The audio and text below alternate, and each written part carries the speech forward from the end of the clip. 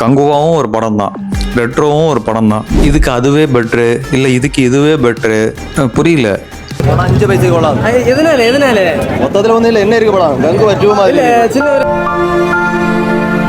நான் என்ன சொல்கிறேன், ஒருத்தருக்கு லவ் ஸ்டோரி பிடிக்கும், ஒருத்தருக்கு டிடெக்டிவ் ஸ்டோரிஸ் பிடிக்கும், ஒருத்தருக்கு க்ரைம் த்ரில்லர் பிடிக்கும்.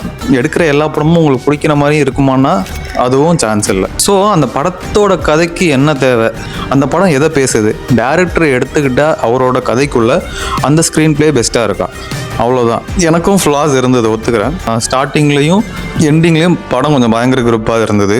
ஆனால் அது நடுவில் கொஞ்சம் மிஸ் ஆச்சோ, அது அந்த grip இல்லாத மாதிரியே இருந்தது. பேசிக்காக எனக்கு லவ் சுத்தமாக பிடிக்காது. லவ் ஸ்டோரிஸோ ஒரு லவ்வால் ஒரு கதை ட்ரிவன் ஆகிறதோ எனக்கு சுத்தமாக பிடிக்காது. டேரக்டர் விஜயகுமார் சொன்ன மாதிரி love is a overrated புல்ஷிட்டுங்கிற மாதிரி love is overrated bullshit.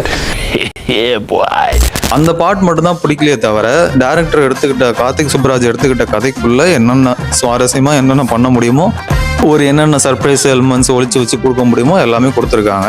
அந்த படத்தை அதுக்கான ரெஸ்பெக்டை கொடுங்க.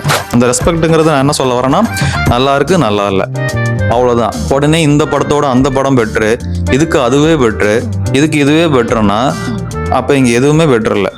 என்ன சார் போட்டா பலாப்பழம் மாதிரி வந்துடும் போல.